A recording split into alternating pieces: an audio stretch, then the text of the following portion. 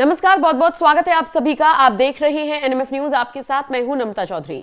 संभल की शाही जामा मस्जिद का एएसआई की टीम ने सर्वे किया और उसके बाद कुछ लोगों को भ्रमित किया गया। भ्रमित इस तरीके से किया गया कि खुदाई के लिए टीम आई है और उसके बाद 24 नवंबर 2024 को क्या कुछ हुआ संभल में हम सब ने देखा। आलम यह हो गया कि सड़कों पर पत्थरबाज भी थे और उनको कंट्रोल करने के लिए पुलिस के हाथ में गन भी थी। योगी की पुलिस फुल एक्शन मोड में थी और शायद इसीलिए कुछ घंटों के बवाल के बाद ही इन बवालियों को शांत कर लिया गया।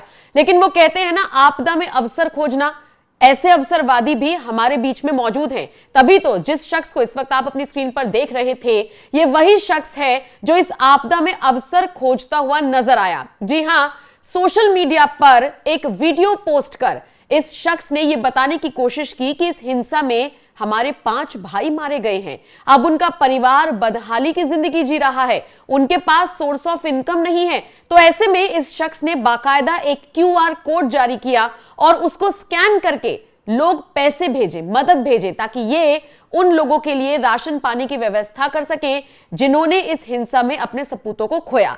तो इस तरीके से ये आदमी क्यूआर कोड की मदद से लोगों को एक तरीके से भ्रमित कर रहा था और उनसे उगाही कर रहा था। जैसे ही पुलिस को इस बात की सूचना मिली, पुलिस ने इसे धर दबोचा।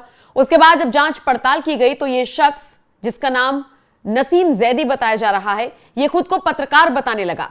फिर जिस अखबार का इसने नाम लिया, पुलिस ने वहां पर भी जाकर जांच की तो वहां से यह जवाब मिला कि इस नाम का कोई शख्स हमारे साथ जुड़ा हुआ नहीं है।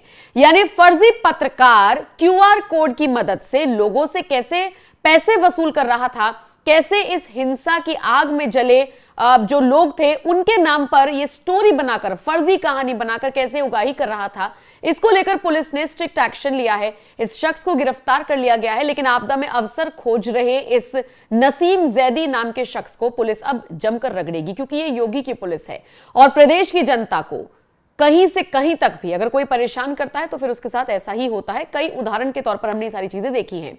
अब नसीम जैदी को लेकर के बिश्नोई, जो कि इस पूरे मामले की जांच कर रहे थे, संभल के एसपी हैं, जरा सुन लीजिए उन्होंने क्या कुछ जानकारी दी। कल शाम को थाना संभल कोतवाली के सब इंस्पेक्टर संजीव को सूचना मिली कि एक युवक जिसका नाम नसीम जैदी है, वो क्यूआर कोड बनाकर लोगों को उकसा रहा है और उनसे धन उगाही का कार्य कर रहा है और सभी लोगों को पुलिस के खिलाफ बोलने के लिए, प्रदर्शन करने के लिए उकसा रहा है। जब उस व्यक्ति से पूछताछ की गई पुलिस द्वारा तो उसने बताया कि वो व्यक्ति देव केसरी नेशनल दैनिक जो न्यूज़पेपर है उसका पत्रकार बताया स्वयं को। जब देव केसरी नेशनल दैनिक न्यूज़पेपर पे जानकारी की गई तो उनके द्वारा बताया गया कि ये हमारे यहाँ पे पेरोल पे इस तरीके का कोई जर्नलिस्ट नहीं है और हमारे अगर कोई व्यक्ति इस तरीके का नाम ले रहा है तो वो फर्जी है। जब उसका आईडी कार्ड चेक किया गया तो वो फर्जी आईडी कार्ड था। इस बात पे थाना कोतवाली पे एक अभियोग पंजीकृत किया गया है 318, 338, 336, 340 बीएनएस में और इस अभियुक्त नसीम राजा जैदी को गिरफ्तार कर जेल भेजा जा रहा है। इसने कितने पैसे इकट्ठे किए हैं, किन किन अकाउंट्स में भेजे हैं, किन किन अकाउंट से पैसे आए हैं, इन सबको खंगाला जा रहा है और आगे की विधि कार्रवाई सुनिश्चित की जाएगी।